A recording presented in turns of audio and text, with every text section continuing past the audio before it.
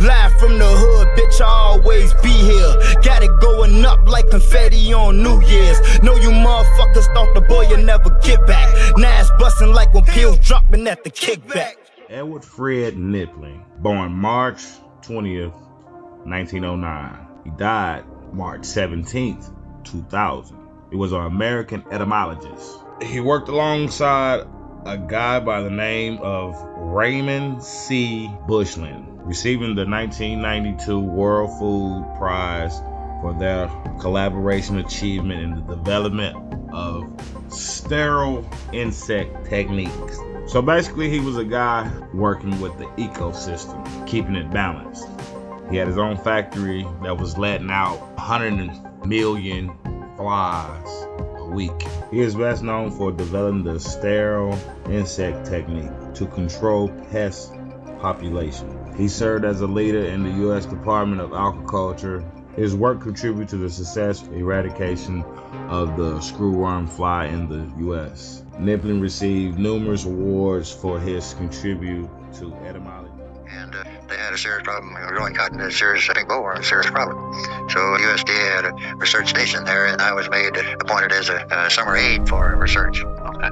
When did you first become interested in the screwworm problem and working on screwworms? Well, of course, as I believe I said earlier, I knew what the screwworm could do to animals, and when after I had taken this exam, became qualified for appointment as a junior entomologist, and after I'd gone to Iowa State for a year, there was a job opportunity for me. At first, it was offered to me to take a job as a junior entomologist, that's equivalent to a GS5 in those days, in California, to work on household stored product insects.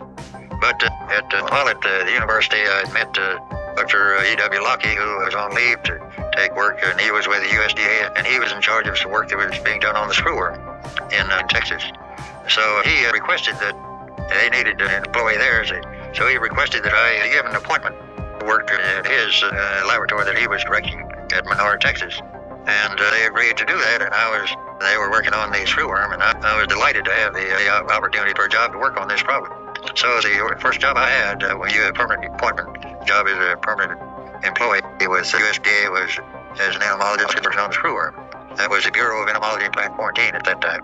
What type of work were they do at that time when you started? We had there at that time was a kind of a survey. We were operating fly traps to determine how many screwworms were the population trend of the screw. That was my main job, is to go around and collect the flies from traps for about a dozen locations during the summer, and then come back and identify screwworms that had been captured in screwworm flies that had been captured in the traps.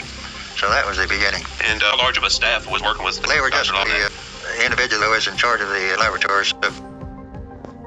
substation was Mr. Parrish. They were just myself and Mr. Parrish and myself were the only two professional entomologists, and one or two aides. Is known as the Lubbock Stockyards. Soon, owner Tony Mann will lock the doors to more than 50 years of history for the last time. That's hard to believe. And KCBD News Channel 11's Patricia Perry tells us what went into this tough decision to hold a final auction.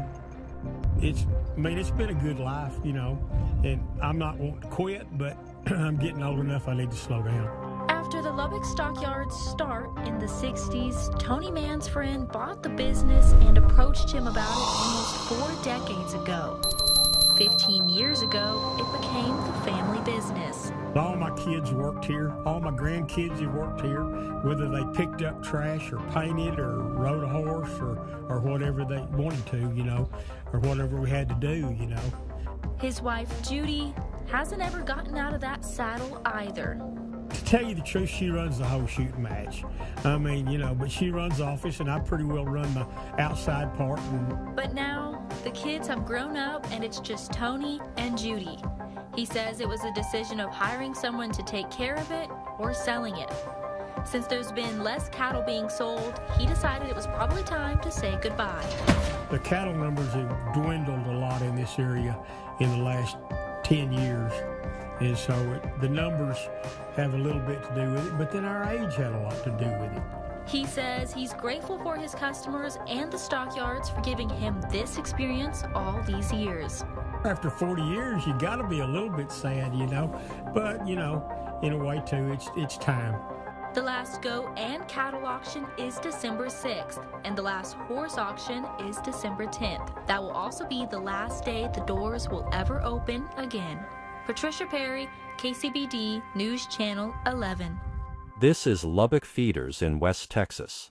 It has been operating since Dwight D. Eisenhower was sitting in the White House, but right now it is sitting completely silent on the brink of absolute closure.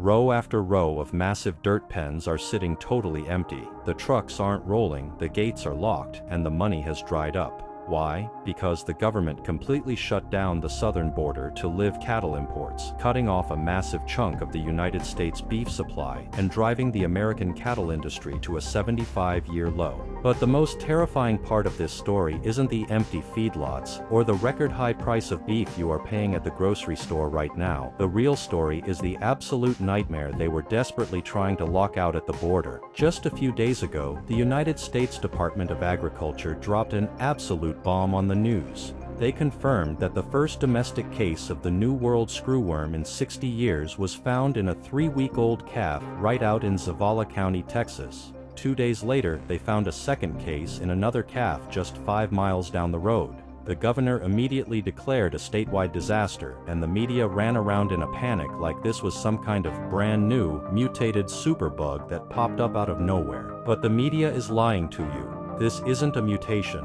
This isn't a freak accident. This is the exact same ancient monster that humans have been running from for thousands of years. You see, a screwworm isn't actually a worm at all. It is the maggot stage of an ordinary-looking metallic blue fly. But unlike a regular maggot that only eats dead, decaying garbage, this fly is different.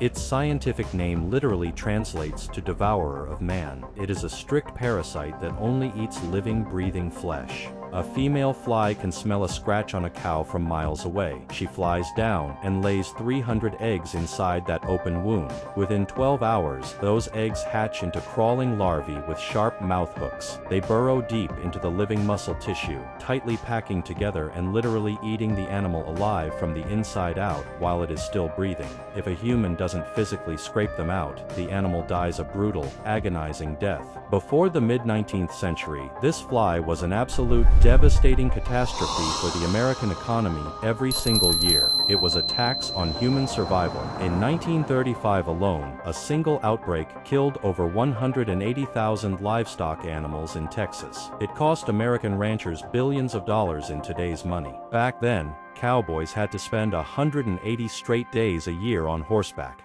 roping wild cattle single-handedly, dragging them down, and using knives to physically scrape living worms out of bloody wounds before painting the raw flesh with toxic pine tar. Ranchers had to alter how they ran society just to survive. They had to strictly time the breeding of their cattle so that calves were only born in the dead of winter, because if a calf was born in the spring, the flies would smell the fresh umbilical cord and eat the newborn alive within days. Humans were completely trapped, bending our entire lives and food chains around a parasite because we couldn't stop it. We just took the financial beatings every single summer. Until one man stepped up and changed the history of the world. His name was Dr. Edward F. Knipling. Back in the late 1940s, Dr. Knipling and his partner looked at this endless cycle of misery and realized something brilliant. You can't catch millions of crawling worms hidden inside animal wounds, but if you target the adult fly stage, you can break the entire cycle. He read a paper about common fruit flies being sterilized by radiation, and he had a crazy idea. If you breed millions of screwworms, zap them with X-rays to make them sterile, and release them into the wild females will mate with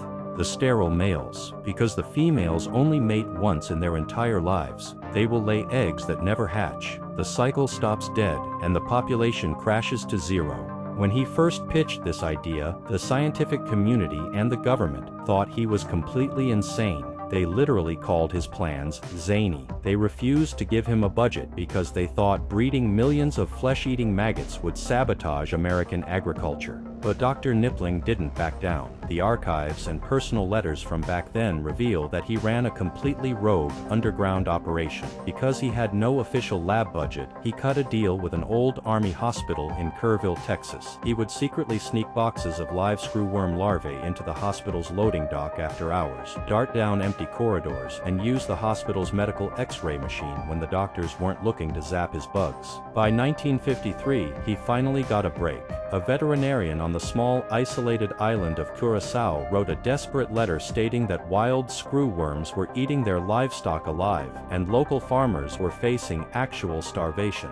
Nippling shipped his radioactive flies to the island, and within just 3 weeks, the screwworm was 100% eradicated from Curaçao. The government finally shut up, looked at the data, and gave him the money to go industrial. In 1962, they took over an abandoned Air Force base in Mission, Texas, and built a massive military-scale fly factory. This place was pumping out 150 million sterile flies every single week. They packed them into small cardboard boxes stamped with an atomic symbol and dropped them out of fleets of airplanes along the United States and Mexico border. It worked flawlessly. They pushed the fly completely out of America, down through Mexico, and all the way into the jungles of Central America. For decades, they maintained an invisible biological firewall at the Panama border, dropping sterile flies every week to keep the wild monster locked away in South America. Dr. Nippling built the invisible shield that protected modern human civilization, ensuring our grocery stores stayed packed with cheap meat and fresh food. He died in the year 2000 believing the job was done. But then, the corporate suits and the politicians got lazy. Because the shield worked so well for so long, the people in charge forgot how brutal the old days were. They started cutting budgets. They shut down all the mega factories on United States soil, leaving only one single aging production plant down in Panama to protect the entire continent. They ignored the warnings, dropped their surveillance, and allowed thousands of unchecked livestock animals to move through the jungle. By 2023, the firewall completely ruptured. The wild, unchanged predator broke through the gate. Over the last 3 years, the fly ripped a devastating path through Panama, Costa Rica, Nicaragua, and Honduras, infecting over 150,000 animals and killing regular people. The USDA panicked and slammed the Mexican border shut to buy time, but it was already too late. The fly marched 1,100 miles right up the continent, and now it is sitting in a calf in Texas. Now, the government is frantically scrambling, authorizing $750 million to rebuild Dr. Nippling's factory blueprints from scratch in Edinburgh, Texas. They are rushing to dump millions of sterile flies out of planes again because they realized they completely ruined the system. The system didn't create this shield. One stubborn, brilliant man did, and the corporate suits inherited it, underfunded it, and let it break. We are living in a world where we take our survival for granted, but the moment the people in charge get lazy, the clock ticks backward, the shield cracks, and the ancient monsters come walking right back through the front door. Live from the hood, bitch, I always be here. Got it going up like confetti on New Year's. Know you motherfuckers thought the boy would never get back. Now it's busting like when pills dropping at the kickback.